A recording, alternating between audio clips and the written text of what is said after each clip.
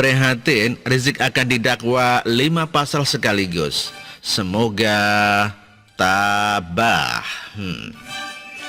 Awal dari nasib Rizik ke depan akan segera ditentukan. Tim Jaksa Penuntut Umum pada Jaksa Agung Muda Tindak Pidana Umum telah melimpahkan 6 berkas perkara tindak pidana kekarantinaan terhadap Rizik sebagai terdakwa.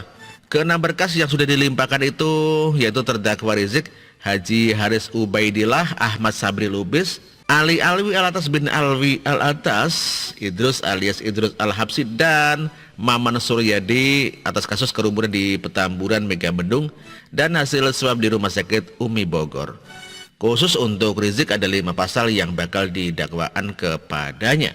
Yang pertama adalah pasal 160 KUHP junto pasal 93 Undang-Undang Republik Indonesia nomor 6 tahun 2018 tentang kekarantinaan kesehatan junto pasal 55 ayat 1 ke 1 KUHP. Yang kedua adalah pasal 216 ayat 1 KUHP junto pasal 55 ayat 1 dan ke 1 KUHP. Yang ketiga pasal 93 Undang-Undang Republik Indonesia nomor 6 tahun 2018 tentang kekarantinaan kesehatan junto pasal 55 ayat 1 ke 1 KUHP. Yang keempat pasal 14 ayat 1 Undang-Undang Republik Indonesia nomor 4 tahun 84 tentang wabah penyakit menular junto pasal 55 ayat 1 dan ke 1 KUHP.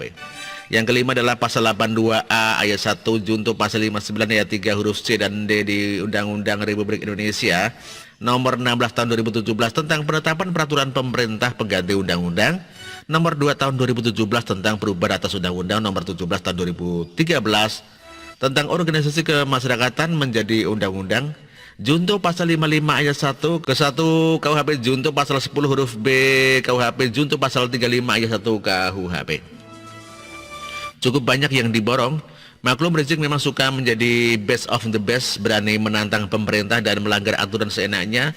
Maka jangan heran cepat ataupun lambat akan kena batunya. Hanya orang berani sekaligus konyol yang berani besar kepala tanpa batas waktu.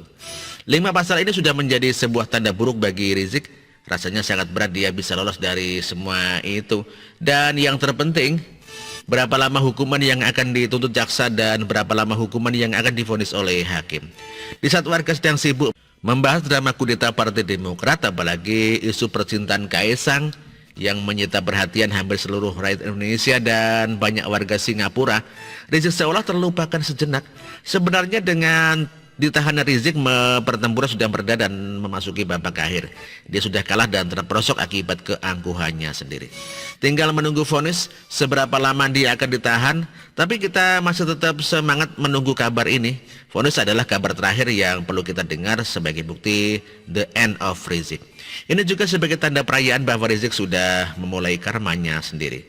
Puncak kekesalan kita itu sudah terobati ketika Rizik dan kawan-kawan sekomplotannya diciduk satu persatu. Setelah bertahun-tahun kita gigit jari akibat tidak berdayanya pemerintah menghadapi bahkan menindak kelompok Rizik, akhirnya saat itu tiba pula. Bagi pendukungnya ini adalah berita suram, bakal ada acara nangis dan mewek bersama sambil meninju dinding, tidak selera makan dan tak mau tidur. Ini kok kayak gejala orang patah hati ya. Bagi yang sudah muak dengan kelakuan Rizik dan komplotan penjual surga pasti akan merayakan ini dan mengucapkan selamat buat Rizik menjalani hukuman. Terima kasih sejadah buat dia yang berani borong banyak pasal dakwaan. Sudah saatnya Rizik berada di bawah roda kehidupan di saat dia begitu arogan saat berada di atas. Orang yang merasakan seperti Rizik memang harus bertanggung jawab atas semua keresahan dan kekacauan yang telah dia perbuat. Akhir kata, semoga tabah menjalani apapun yang sedang menunggunya nanti. Dia tidak bisa sombong lagi kayak dulu, seolah dunia ini miliknya dan pemerintah harus berteguk lutut bercium kaki di hadapannya. Teriak kriminalisasi ulama pun tidak mempan lagi, sudah basi dan tidak bisa dimakan.